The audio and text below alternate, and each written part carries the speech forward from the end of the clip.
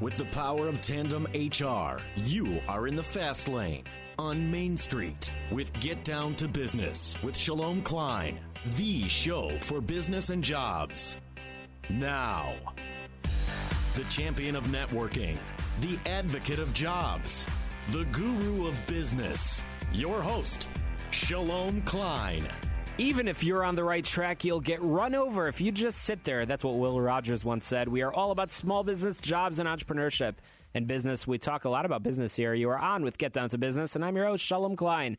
Remember, you can always download podcasts from Get Down to Business on my website at shalomklein.com. And while you are there, don't forget to follow me on Twitter at Shalom Klein.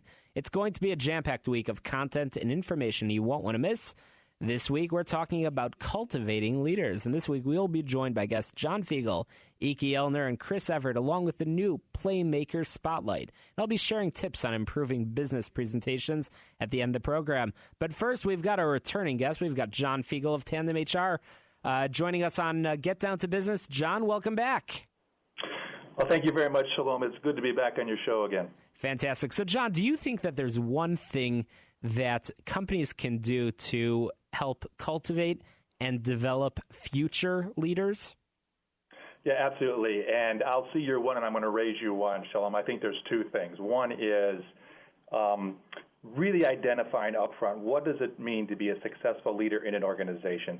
There is so much out there, Shalom, in terms of leadership development that it's easy to get lost. If you go onto Amazon, and I just did this before the show here, and you type in leadership development, I got over 49,000 hits. Wow.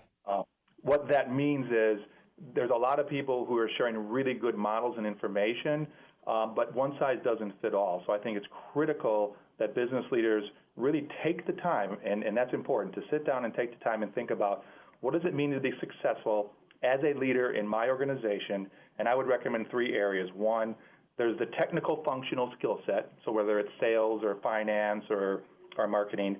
Then there's the leadership style. What type of leadership style really works effectively here? Is it directive? Is it participative? And then the culture fit. Every organization, as you know, Shalom has a culture. What's the right fit here? And that's half the battle. If you can identify that, think of that as a bullseye and a target. If you can identify those success factors, you're well on your way then to designing and implementing specific actions to develop leaders. Got it. It's absolutely important to remember that it's important to prepare. Prepare, not just go with the flow, but when you actually have a strategy, it's more likely that you'll reach your goals.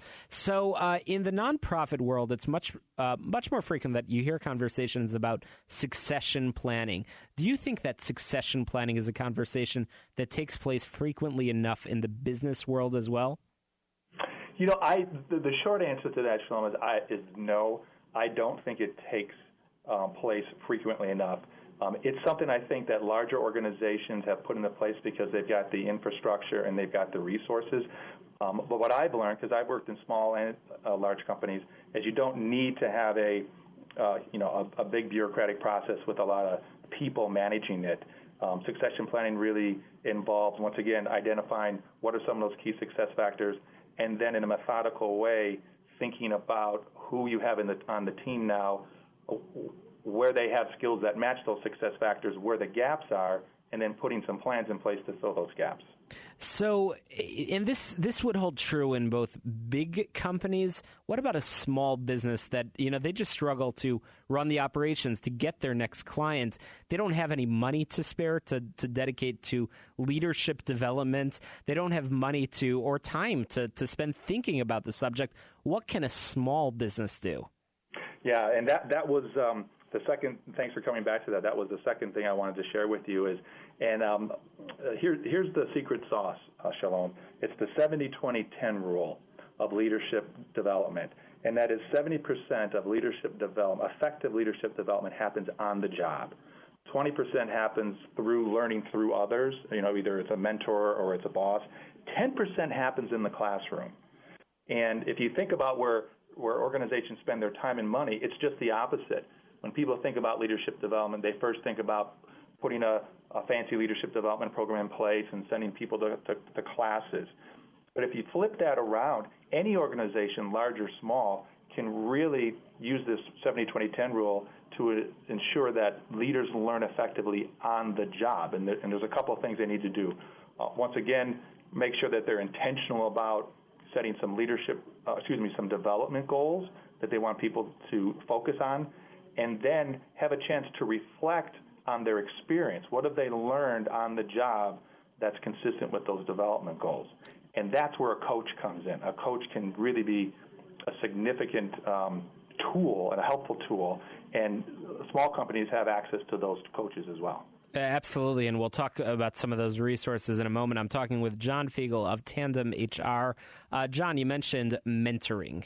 Mentoring is something that I talk a lot about, but for our listeners that might not be as familiar, what does it mean to have a mentor, and how is it done effectively? How is it a good use of somebody's time to spend time with perhaps a junior colleague, or vice versa? Why is that a good idea?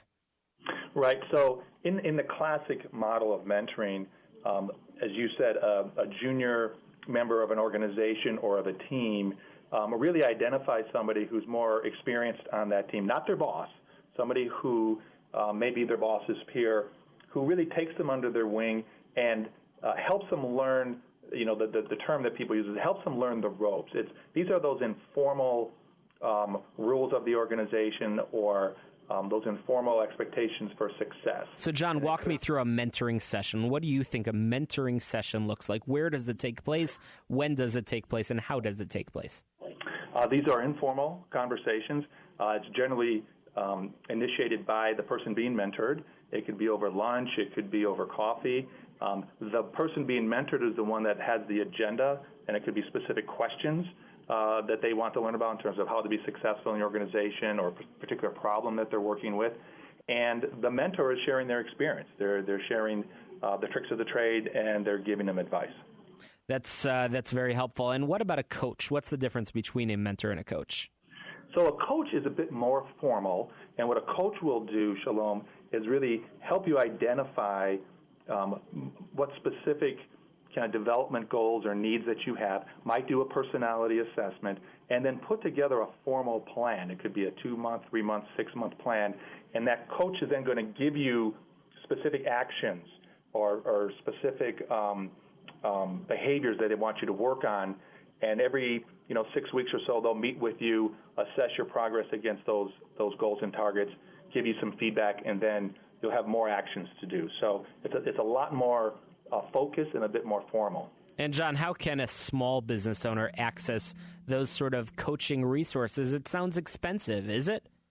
Actually, it's not. I'm going to do a shameless plug here, Shalom. So Tandem HR, we have a coaching practice designed specifically to make professional coaches available to small businesses, very affordable, and even for those organizations who can't afford it at all, there are some organizations who provide free coaching.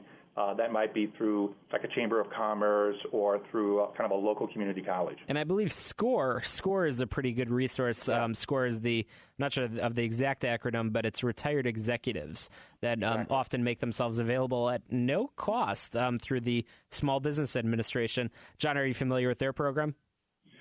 I've heard of them. I haven't used them myself, but I think that model is very effective. There are also coaching certification programs where individuals are going through a process to be certified to be a coach, and they'll provide some free coaching as well to give their participants and students an opportunity to learn, and as well as providing coaching. Wow. Well, lots of great resources from John Figiel at Tandem HR. Good advice on developing future leaders, something that both big companies and small companies can be doing. So, John, you mentioned some coaching resources. You certainly have a lot to say on the subject of mentoring, coaching, and leadership. How can our listeners get a hold of you to learn more? Sure, absolutely. They can contact me at my email address, which is jfigiel@tandemhr.com, and my last name is F as in Frank, I-G-I-E-L, jfigiel@tandemhr.com. My direct phone number is 630-468-8888. 9212, and I'd be happy to continue this conversation with any of your listeners. Wow, fantastic resources, fantastic advice. We'll be sure to have you back on real soon. Get Down to Business is powered by Tandem HR, your solutions center. You can find them at tandemhr.com or call 630-928-0510. You just heard John Figiel, who had a lot to say on the subject, and they've got more advice than just that. So give them a call at 630-928-0510. You can also email them, simplify@tandemhr.com. And Get Down to Business is brought to you in part by Everett Wealth Solutions, a registered investment advisor and financial planning firm, a fiduciary advisor that helps you create your personal wealth. You can find them at everettwealthsolutions.com or call 708-771-7777. And later in the program, I'm going to be sharing tips and advice on how you can improve your business presentation skills. But coming up, we're going to check in with executive business coach and award-winning Vistage Chair Dick Smith. Excited to introduce the Playmaker Spotlight. That's coming up right after this quick break. And he's going to be talking all about business. And later in the show, don't miss a minute of it. We've got more advice on small business, jobs, and entrepreneurship. You're listening to Get Down to Business.